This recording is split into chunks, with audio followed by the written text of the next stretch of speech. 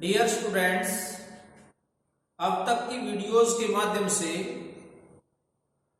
हम बोर्ड और competition exam pattern से ग्रामर के टॉपिक करवाते आए हैं, लेकिन अपने कुछ स्टूडेंट्स की रिक्वेस्ट से कि सर हमें कुछ ऐसा करवाना चाहिए ताकि हम आम बोलचाल में अंग्रेजी भाषा का प्रयोग कर सकें। तो डियर स्टूडेंट्स, आपकी इस रिक्वेस्ट को मद्देनजर रखते हुए मैं लॉकडाउन के दौरान अपना एक प्रोग्राम लेकर आया हूं जिसका नाम है जीरो से हीरो। इस प्रोग्राम के माध्यम से मैं आपको बेसिक इंग्लिश सिखाने का कार्य करूंगा।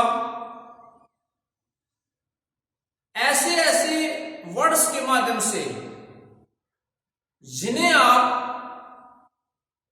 हमेशा से ही सुनते आए हैं, पढ़ते आए हैं और लिखते आए हैं। डियर स्टूडेंट्स,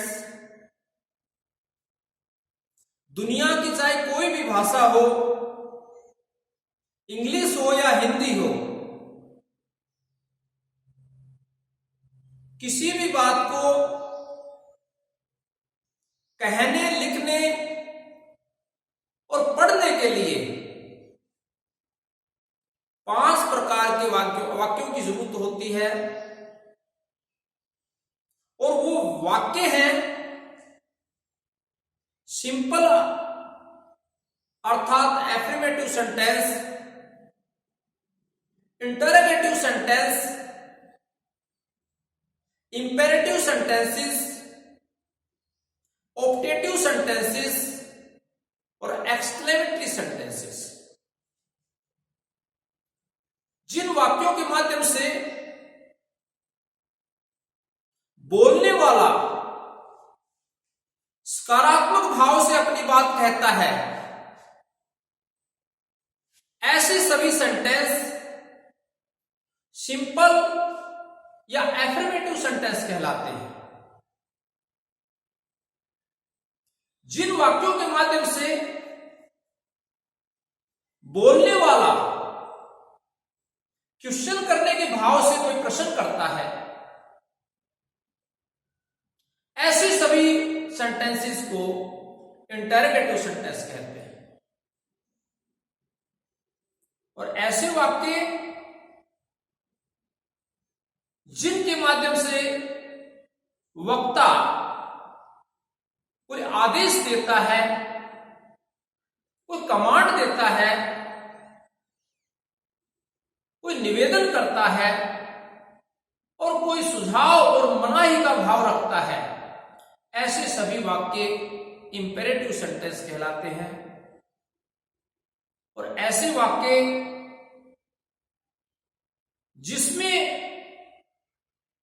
वक्ता शुभ इच्छा, शुभ भावना का भाव रखता है, ऐसे सभी वाक्य ऑप्टेटिव सेंटेंसेस कहलाते हैं। और जिन वाक्यों के माध्यम से किसी भी वक्ता बिना किसी पूर्व योजना तत्काल उसके अंदर भाव पैदा होते हैं और तत्काल भाव से वो अपनी बात कहता है, ऐसे सभी भाव वाले वाक्यों को एक्सक्लेमेटरी अर्थात विस्मयादिबोधक वाक्य कहते हैं। आइए इन्हीं 5 सेंटेंसेस में एक है इंपेरेटिव सेंटेंस, जिसका इंग्लिश लैंग्वेज में अपने आप में बहुत इंपॉर्टेंस है। उसको शुरू करने जा रहे हैं। डियर स्टूडेंट्स, सबसे पहले दोबारा हम इंपेरेटिव सेंटेंस की यदि डेफिनेशन की बात करें तो imperative sentence a sentence that expresses order, request, advice, command and instructions are called या इज कॉल्ड इंपेरेटिव सेंटेंस। अर्थात ऐसे वाक्य जो किसी सुझाव का भाव रखते हैं, निवेदन का भाव रखते हैं, मनाही का भाव रखते हैं, आदेश का भाव रखते हैं, कमांड का भाव रखते हैं, ऐसे सभी सेंटेंसेस इंपेरेटिव सेंटेंस कहलाते हैं। अर्थात आम बोलचाल में हम किसी को कोई बात कहने के लिए बुलाते हैं, किसी को दरवाजा खोलने के लिए कहते हैं, किसी को बंद करने के लिए कहते हैं, किसी को नल खोलने के लिए कहते हैं या कहीं जाने के लिए बोलते हैं, तो ऐसी बातों वाले वाक्य हैं वो इंपेरेटिव अर्थात आज्ञासूचक कहलाते हैं। आज यदि आपने रिक्वेस्ट की है तो मैं दुनिया की डिक्शनरी का सबसे छोटा सेंटेंस से मैं आज का ये टॉपिक शुरू करने जा रहा हूं। इस सेंटेंस से शुरू करूं उससे पहले मैं आप सभी विद्यार्थियों से एक अपील करूंगा कि मेरी वीडियो सुनने से पहले आप सबसे पहले एक डायरी लें, एक पेन लें और अपनी डायरी के पहले पृष्ठ पर एक बात लिखें कि I can do it, I can learn English, I will do it. अर्थात ऐसे सेल्फ कॉन्फिडेंस से आप अपने आप को भर लें कि मैं आज से अपने डियर सर के माध्यम से, उनकी वीडियो के माध्यम से मैं इंग्लिश बोलना सीखूंगा, मैं इंग्लिश पढ़ना सीखूंगा, मैं इंग्लिश लिखना सीखूंगा और धूम मचा दूंगा अपने आप में इंग्लिश के माध्यम से।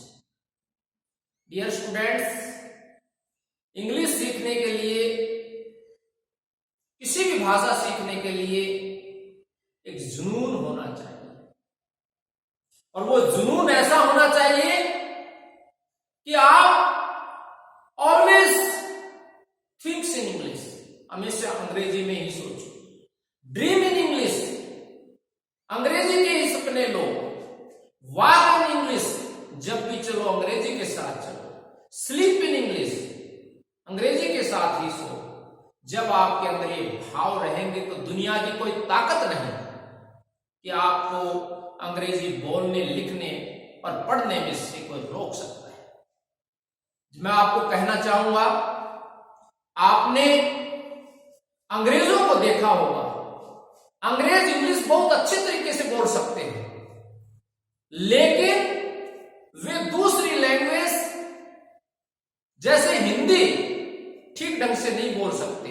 उसी प्रकार हम हिंदी अच्छे से बोल सकते हैं तो कोई नहीं, हम इंग्लिश टूटी फूटी जैसे भी बोल सकते हैं, लेकिन प्रयास तो करें। अंग्रेज कौन सी हिंदी को अच्छे तरीके से बोल सकते हैं, तो हम भी इंग्लिश बोलने के लिए जैसे तैसे हम प्रयास करेंगे तो एक दिन अपने आप में जरूर से जरूर इंग्लिश बोलने में निपुण होंगे।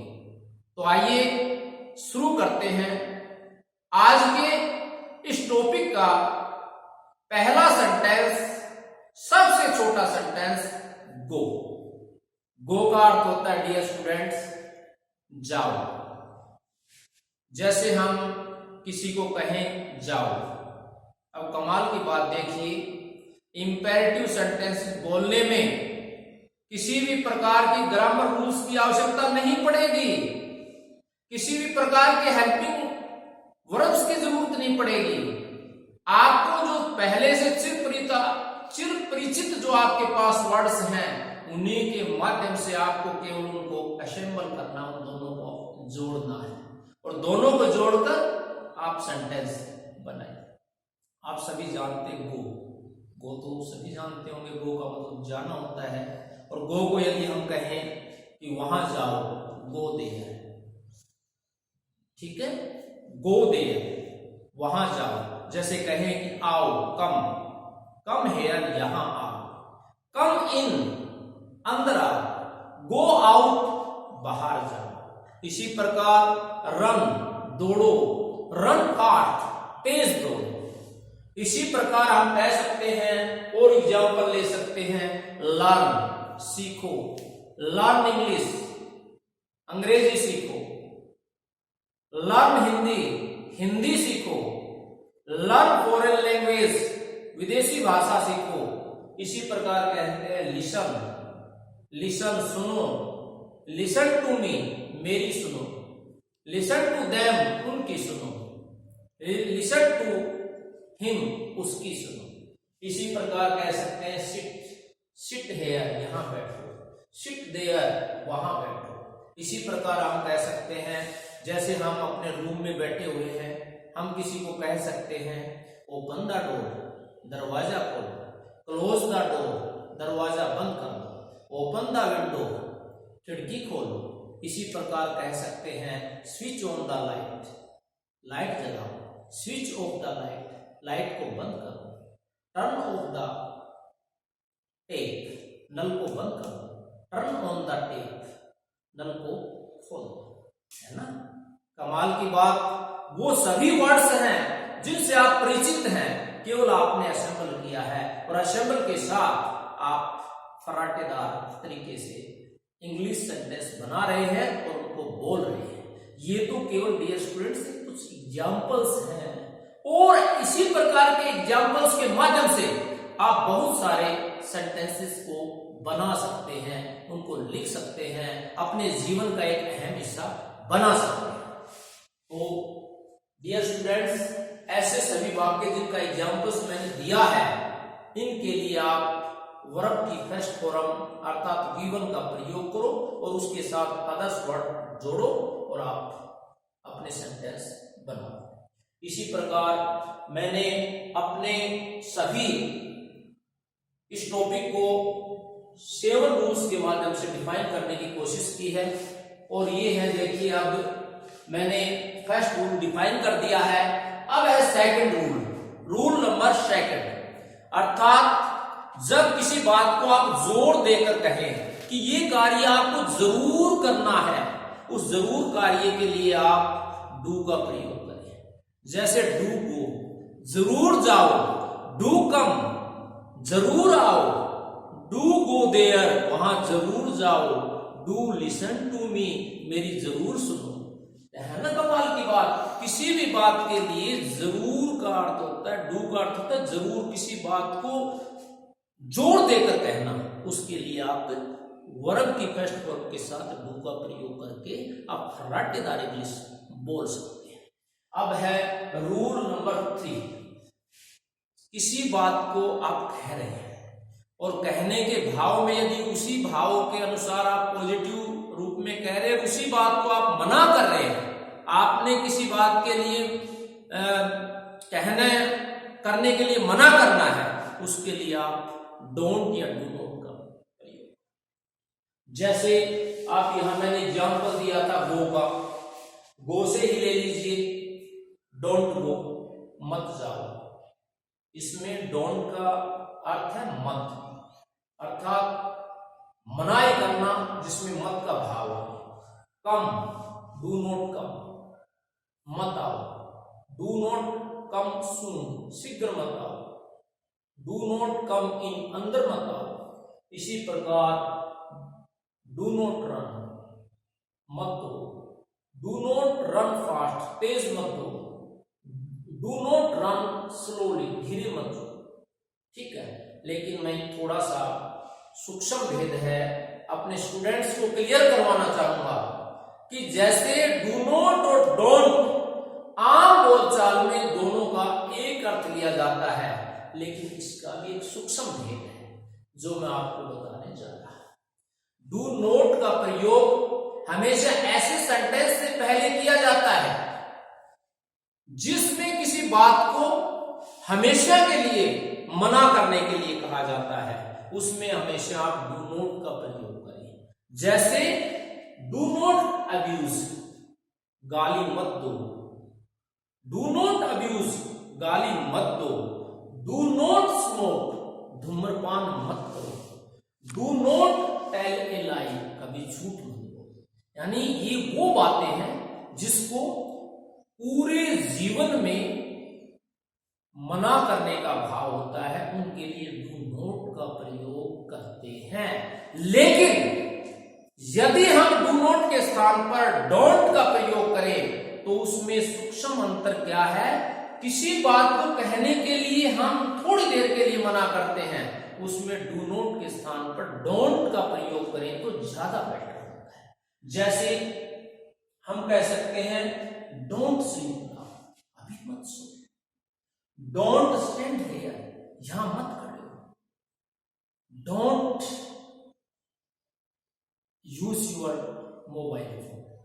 ठीक है, जब किसी बात के लिए कहें तो उसके संक्षिप्त समय के लिए, टाइम के लिए किसी बात को कहें तो उसके लिए डोंट का प्रयोग करें। लेकिन ये केवल मैंने आपको बताया है ये सॉरी मैंने आपको बताया है, लेकिन आम बोलचाल में डू नॉट और डोंट का प्रयोग आप एक जैसी सेंस में, डिफरेंट सेंस में भी आप इनका प्रयोग कर सकते हैं।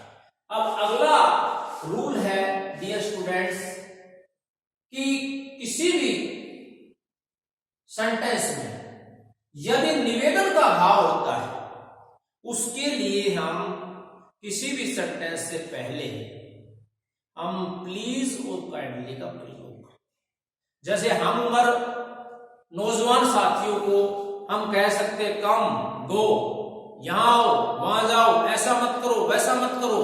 लेकिन वही बात यदि हम अपने से बड़े व्यक्ति को, अपने से ज्यादा सम्मानित व्यक्ति को कहेंगे तो उसके लिए सीधा ऐसा कहना कि गो, जाओ, कम, आओ, ऐसा कहना बिल्कुल रॉन्ग है। उसके लिए आपको कहना होगा प्लीज गो देयर, कृपया वहां जाओ। प्लीज कम ऑन, कृपया यहां आओ। और काइंडली का प्रयोग, इसमें भी थोड़ा सा भेद है। प्लीज सम्मान के लिए, सभी के लिए प्रयोग करते हैं, और काइंडली का प्रयोग केवल ऑफिशियल कार्य के लिए करते हैं। जैसे कि आप अपने बचपन से पढ़ते आए होंगे कि आपने कुल्फी कंसेशन और आपने छुट्टी के लिए, लीव के लिए कोई एप्लीकेशन लिखी अपने प्रिंसिपल को, उसमें आप स्पेशली कहते हैं काइंडली ग्रांट मी लीव, कृपया मुझे छुट्टी दे। काइंडली कुल्फी कंसेशन, कृपया मेरी फीस माफ कर दे। तो वहां आप करते ना ऑफिशियल कार्य के लिए, आप प्लीज के स्थान पर यदि काइंडली का प्रयोग करें तो ज्यादा बेटर होगा। अब मैं एक और बात बताऊंगा आपको कि प्लीज और काइंडली का प्रयोग केवल किसी सेंटेंस के शुरू में ही नहीं किया जाता है, बल्कि उसके अंत में भी इसका प्रयोग कर सकते हैं। जैसे हम कह सकते हैं कि listen to me, please listen to me, तो इसको कह सकते हैं लिसन टू मी कोमा और प्लीज, ऐसा भी हम प्रयोग कर सकते हैं। लेकिन उसके ध्यान ये रहे कि प्लीज से पहले हमने कोमा का प्रयोग करना। नेक्स्ट रूल है rule number 6, never, sorry rule number 5, always. Always का अर्थ होता है हमेशा, यानी हम किसी बात को करने के लिए हमेशा का भाव रखते हैं, उसमें हमेशा ऑलवेज का प्रयोग करो। जैसे ऑलवेज स्पीक द ट्रूथ, हमेशा सत्य बोलो। ऑलवेज हेल्प द पुअर, हमेशा गरीबों की सहायता करो। ऑलवेज हेल्प द नीडी, हमेशा जरूरतमंदों की सहायता करो। Right, result it, clear. तो अब है नेवर, जब आप किसी जीवन में किसी बात को कहने के लिए ये करते हो कि उसको कभी मत करो, वो ऐसे सेंटेंस से पहले हमेशा नेवर का प्रयोग किया जाता है। नेवर टेल ए लाई, कभी झूठ मत बोलो। नेवर बॉदर द पुअर, कभी गरीबों को मत सताओ। नेवर टीज द एनिमल्स, कभी पशुओं को मत सताओ, उनके लिए आप नेवर का प्रयोग करेंगे। उसके बाद में हम रूल नंबर 7 और इंपॉर्टेंट रूल है जिसमें हम लेट का प्रयोग करते हैं। लेट का अलग अलग भाव है, उनको भी मैं डिफाइन करना चाहूंगा। वैसे तो आम बोलचाल में आने का, आओ, इस भाव में आप लेट का भी प्रयोग करते हैं, लेटस का भी प्रयोग कर सकते हैं, लेट मी का भी प्रयोग कर सकते हैं, लेकिन क्या सूक्ष्म भेद है वो मैं आपके सामने क्लियर करना चाहूंगा। और वो है कि जैसे लेट के साथ यदि वर्ब की फर्स्ट फॉर्म और फिर अदर वर्ड्स का प्रयोग करते हैं तो उसमें दो का भाव होता है। अर्थात यदि डिफाइन करना चाहूं मैं सेंटेंस के रूप में तो जीवो और जीने दो, खाओ और खाने दो, हंसो और हंसाओ, इसके लिए आप इनका प्रयोग कर सकते हैं। जैसे बहुत ही फेमस सेंटेंस है लिव एंड लेट लिव, जियो और जीने दो, राइट एंड लेट राइट, लिखो और लिखने दो, स्माइल एंड लेट स्माइल, मुस्कुराओ और मुस्कुराने दो, learn and let learn English, सीखो, इंग्लिश सीखो और इंग्लिश सीखने दो। अब अगला है लेटस का प्रयोग। इसमें हमेशा आओ का भाव होता है। जैसे लेटस प्ले, आओ खेलने चले, लेटस स्लीप, आओ सोए, ठीक है।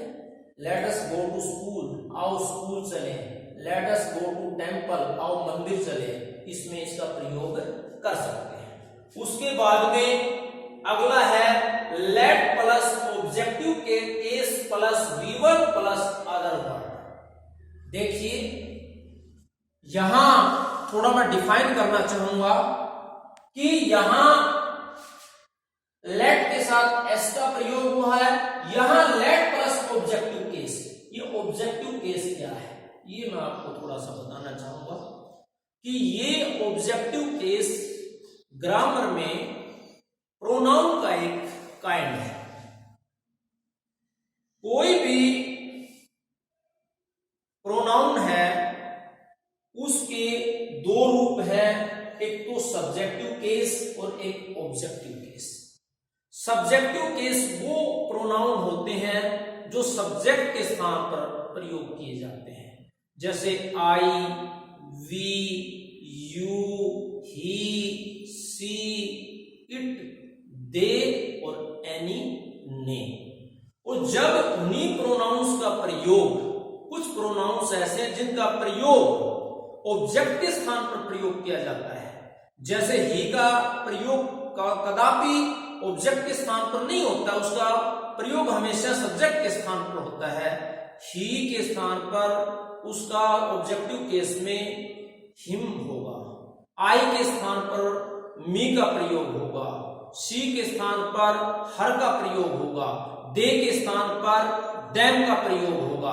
और राम यदि कोई नाम है तो वो सब्जेक्ट में भी, सब्जेक्टिव केस में भी नेम रहेगा, ऑब्जेक्टिव केस में भी वही सेम नेम रहेगा। जैसे यहां ये ध्यान देने की बात है कि यहां लेट के साथ कभी भी आप सब्जेक्टिव केस का प्रयोग नहीं करोगे। अर्थात ये नहीं कह सकते लेट आई गो, लेट ही गो, ऐसा प्रयोग नहीं कर सकते। इसके लिए आपने हमेशा लेट के साथ ऑब्जेक्टिव केस का प्रयोग करना होगा। जैसे फॉर एग्जाम्पल लेट मी गो, मुझे जाने दो, लेट हिम गो, उसे जाने दो, लेट देम गो, उन्हें जाने दो। समझ रहे थे मेरी बात? इस प्रकार आप इनका प्रयोग करोगे। इसके अलावा आम बोलचाल में ऐसे बहुत सारे इंपेरेटिव सेंटेंस का आप प्रयोग करते हो। जैसे आप किसी सार्वजनिक पब्लिक प्लेस पे जाते हो या किसी ऑफिस में जाते हो, आप देखते हो इस प्रकार के बहुत सारे सेंटेंसेस, वर्ड्स लिखे हुए रहते हैं। जैसे नो एडमिशन विदाउट परमिशन, ये आप देख सकते हैं। इसी प्रकार आपके बहुत सारे वर्ड्स हैं, नो स्मोकिंग, ऐसे देख सकते हैं। Pull and push the door, किसी डोर को खींचने का संकेत है तो उसके स्थान पर पुल का प्रयोग होगा। किसी को धकेल कर उसको बंद करने का या खोलने का होगा तो उसके लिए आपको पुश का प्रयोग होगा। Keep silence, blow horn, use dipper at night. आप गाड़ी के पीछे देखते होंगे कि कोई ट्रक जा रहा है या कोई गाड़ी जा रही है, उसके पीछे लगा होगा ब्लो हॉर्न, हॉर्न बजाइए। यूज डीपर एट नाइट, रात को डीपर का प्रयोग करो। बहुत सारे ऐसे प्लेसेस हैं जहां इस प्रकार के इंपेरेटिव सेंटेंस आप प्रयोग कर सकते हैं। मुझे पूरा विश्वास है कि आज के वीडियो के माध्यम से आपको इंपेरेटिव सेंटेंस का टॉपिक अच्छे से समझ में आ जाएगा। और प्यारे विद्यार्थियों, मैं आपको कहना चाहूंगा इन सेंटेंस के माध्यम से आप धूम मचा दो आप, और चारों तरफ इंग्लिश का प्रचार और प्रसार कर दो। और मैं इसी प्रकार यदि आप इंग्लिश सीखते रहे तो अन्य वीडियोस के माध्यम से मैं और अच्छे से अच्छे रूल्स के साथ आपको इंग्लिश सिखाने का प्रयास करता रहूंगा। और आप इसी प्रकार मुझे सपोर्ट करते रहें, लाइक करते रहें, शेयर करते रहें, सब्सक्राइब करते रहें। इन्हीं शब्दों के साथ आपका बहुत बहुत धन्यवाद। आपके उज्जवल भविष्य की कामना करते हुए जय हिंद, जय भारत, वंदे मातरम।